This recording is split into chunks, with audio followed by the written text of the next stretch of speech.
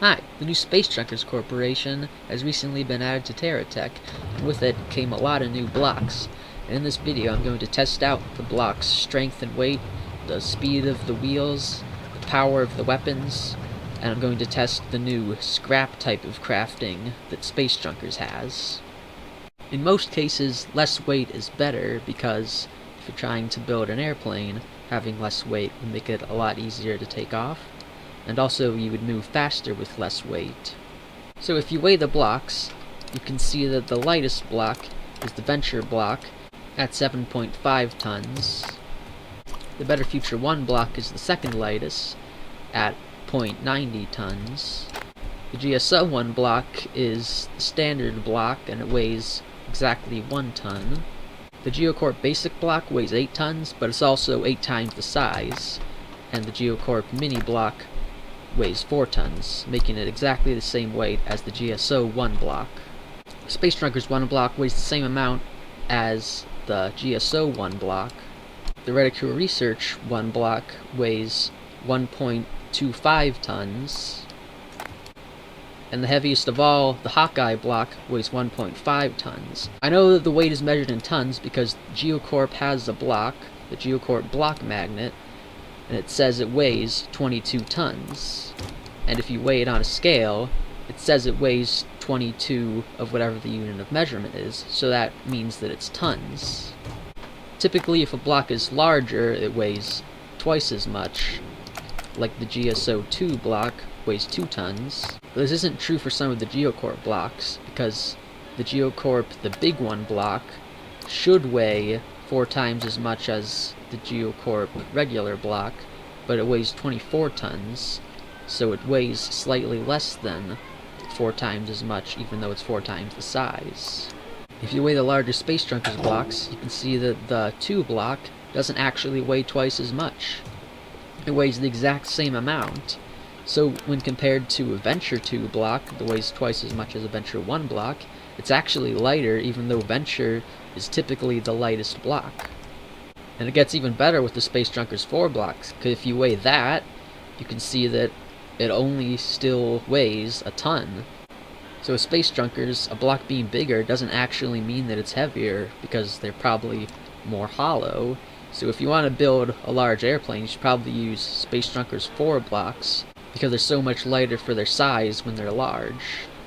I also real quick weigh all of the other blocks. It's not as important for the non-standard blocks, because they have so many other differences to look into, but I'll weigh them anyways. The Spacejunkers Rusty Cab weighs 6 tons, which is incredibly heavy. Spacejunkers Rusty Cab weighs 1 ton, which is quite light. The Spacejunkers Junkyard Spinner weighs 4 tons. The Rubble Runner also weighs 4 tons. The Geode Rumbler weighs 1.5 tons. The Junkyard Rainmaker also weighs 1.5 tons. Scavenger's Harpoon weighs 3.25 tons. Spacejunkers Rustic Cannon weighs 5 tons. Spacejunkers Chain Slicer weighs 6 tons. Spacejunkers Pyro Blaster weighs 5.5 tons. Spacejunkers Cog Jammer weighs 4 tons. Spacejunkers Fixed Anchor's weight doesn't really matter because it's anchored, but if you're non-anchored, it weighs 8 tons, which is much heavier than the non-anchored 4 block. The Fusion Fabricator's weight is 20 tons, and the Scrapper weighs 11 tons.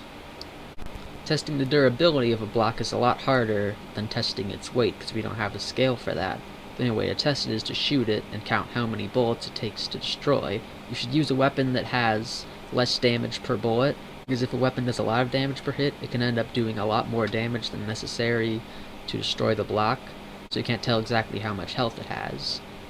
The problem is, most weapons that do very little damage per hit also have a high rate of fire, and weapons with a high rate of fire are hard to count how many bullets shoot.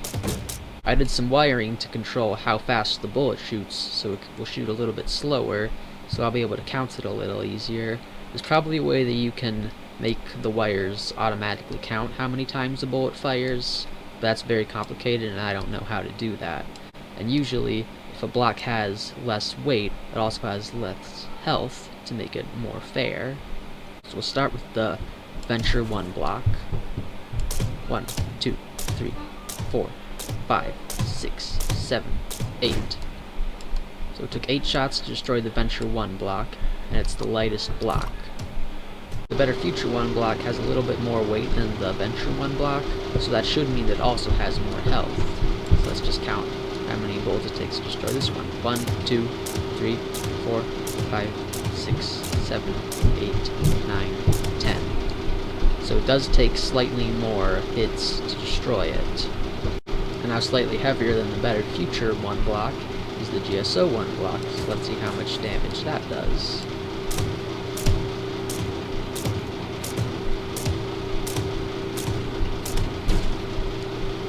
Okay, that took 9 hits to destroy, which is less than the Better Future 1 block, so that means the Better Future 1 block is better in every way than the GSO 1 block, other than the price. The Ridicule Research 1 block has even more weight than the GSO 1 block, so it should also have more health. 1, 2, 3, 4, 5, 6, 7, 8, 9, 10, 11.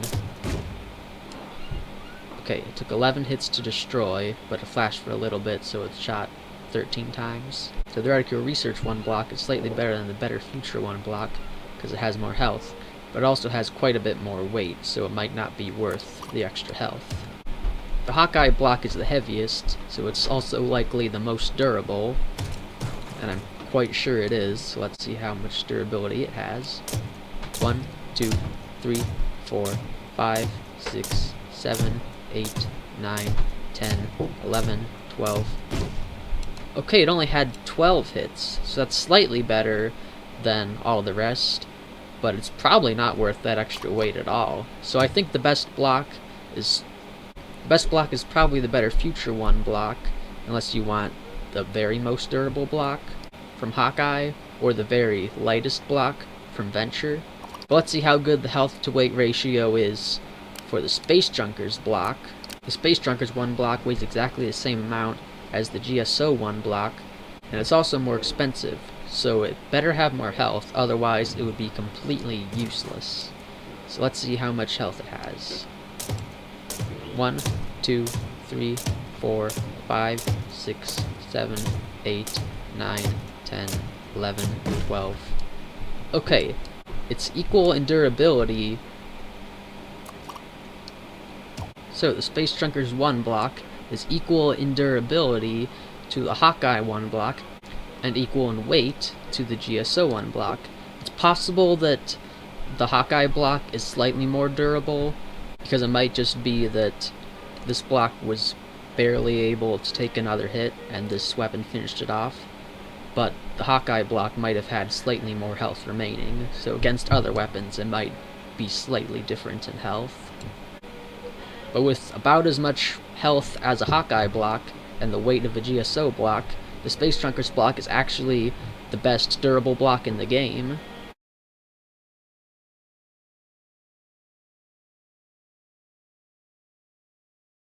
Let's quickly test how the size of a block affects its durability. First with the GSO 2 block. 1, 2, 3, 4, 5, 6, 7, 8, 9, 10, 11, 12, 13, 14, 15. Okay, so larger blocks seem to be, in general, slightly weaker for their size than their smaller counterparts. But because the Spacejunkers blocks don't gain any weight from being larger, they probably also don't increase in health. So let's test real quick. 1, 2, 3, 4, 5, 6, 7, 8, 9. Oh, it was only 8 because it started blinking faster at 8. So the larger blocks are less weight for their size, and they're also less health. So using a large Spacejunker block is a great way to save on weight, but it's terrible for health. Now the Spacejunkers 4 block, which only weighs 1/4 of a ton per tile that it takes up. 1, 2, 3, 4, 5, 6, 7, 8. Okay, so the Spacejunkers 4 block is the same durability as the 2 block, and it's larger without increasing in weight. So it's good for building anything that flies, but for durability, larger blocks are usually pretty bad. You usually only ever want to use the GSO Cosmonaut Sap Cab, because the safest spot for a cab is the center of a tech, and this is the only cab with attach points on all sides. Having more durability on a cab can be useful whenever your tech is so small that you can't put the cab in the center anyways. And on small airplanes, the weight of the cab is very noticeable, so you'll want to use a lighter cab, but normally you just want to use this cab. Let's just check the durability of this one. 1, 2, 3, 4, 5, 6, 7, 8, 9. Okay, it's the same durability as the GSO 1 block, because the GSO cab is meant to be basically the same block as the GSO 1 block. Spacejunkers Rusty Cab is probably the best cab for Spacejunkers, because it weighs very little and it takes up a lot less space than the regular cab, but let's just see its health. 1, 2, 3, 4, 5, 6, 7, 8, 9. Okay, so it's not too bad on durability, but it takes up 2 block spaces because it's a little bit taller than a block. It doesn't have as many attach points as the GSO cab, so there's not really any reason you would want to use it over the GSO cab. The GSO cab can also drive on its own. Spacejunkers Rugged Seeker Cab is very large and very heavy, so you probably wouldn't want to use it. It does have a lot of attach points, so it could make up most of the attach points on a smaller tech, but there's no reason to use it on most techs unless it's very durable. 1, 2, 3, 4, 5, 6, 7, 8, 9, 10, 11, 12, 13, 14, 15, 16, 17, 18, 19, 20, 21, 22, 23, 24, 25, 26, 27, 28, 29, 30, 31, 32, 33, 34, 35, 36, 37, 38, 39, 40, 41, 42, 43, 44, 45, 46, 47. Wow.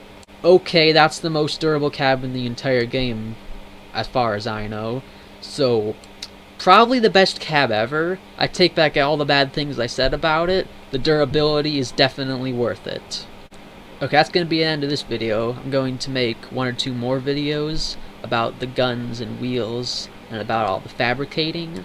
I'll have that video in the end cards of this video once it's out. So make sure to like, and if you subscribe you should probably see that video, and I'll see you next time.